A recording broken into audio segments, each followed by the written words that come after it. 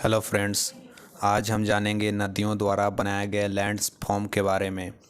नदियां जहां से ओरिजिनेट होती है और जहां समुद्र में जाकर मिलती है, पहुंचते पहुंचते बहुत सारे लैंडफॉर्म्स बना देती है, जैसे मिएंडर्स, ऑक्सबो लेक, वैलीज, ईटीसी, बहुत सारे। तो सबसे पहले जानते हैं नदियां जहां से ओरिजिनेट होती है और जहां मिलती है उसको 3 पार्ट्स में बांटा गया है। पहला यूथ स्टेज, दूसरा मैच्योर स्टेज और तीसरा ओल्ड स्टेज। नदियाँ यूथ स्टेज या यंग स्टेज में बहुत ही कोरोसियस होती है, काफ़ी तेज़ी से फ्लो करती है और यहाँ इरोजन तेज़ी से होता है, मिट्टी का कटाव तेज़ी से होता है बहाव तेज होने के कारण, जिससे बहुत सारे लैंडफॉर्म्स का निर्माण होता है, जैसे कि वाटरफॉल्स, वैलीज एंड गॉर्जेस का।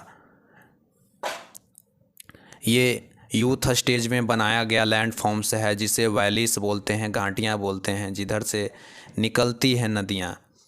यहाँ नदियाँ स्टीफ रॉक्स को काटते हुए पतले संकरे रास्ते से निकलती है। यहाँ नदियों की चौड़ाई बेहद ही कम होती है, लेकिन फ्लो बहुत तेज़ी से होता है। दूसरा हमारा है गॉर्जेस। दोनों तरफ ऊंचे ऊंचे पहाड़ होते हैं और बीच में पतली संकरी रास्ते से नदियां बहती है, इसे गॉर्जेस बोलते हैं। गहरी घाटी इन्हें बोलते हैं। तीसरा यूथ स्टेज में बनाया गया लैंडफॉर्म से है वाटरफॉल्स। नदियां काफ़ी तेज़ी से फ्लो करती है और स्टीफ रॉक्स से, ऊंचे चट्टानों से गिरती हुई रैपिड्स और वाटरफॉल्स का निर्माण करती है। नेक्स्ट में जानेंगे नदियाँ डेल्टा का भी निर्माण करता है। ये ओल्ड स्टेज में बनाया गया लैंडफॉर्म्स है। नदियाँ अपने द्वारा बहाकर लाई गई मिट्टियों को, बहुत ही सारी मिट्टियाँ होती है जिसको समुद्र के मुहानों पर लाकर छोड़ देता है, क्योंकि ओल्ड स्टेज पहुँचते पहुँचते नदी का चौड़ाई बहुत ज़्यादा हो जाता है, लेकिन इनका सेडिमेंट स्कैरिंग फोर्स यानी कि नदी का बहाव काफ़ी कम होता है, काफ़ी धीरे धीरे फ्लो करती है, स्लोली फ्लो करती है, जिसके कारण डेल्टास या एस्चुरी का निर्माण होता है। मुहानों पर मिट्टियाँ लाने के कारण एस्चुरिस और डेल्टा का निर्माण होता है। यहाँ दिखाया गया है डेल्टास का निर्माण होते हुए।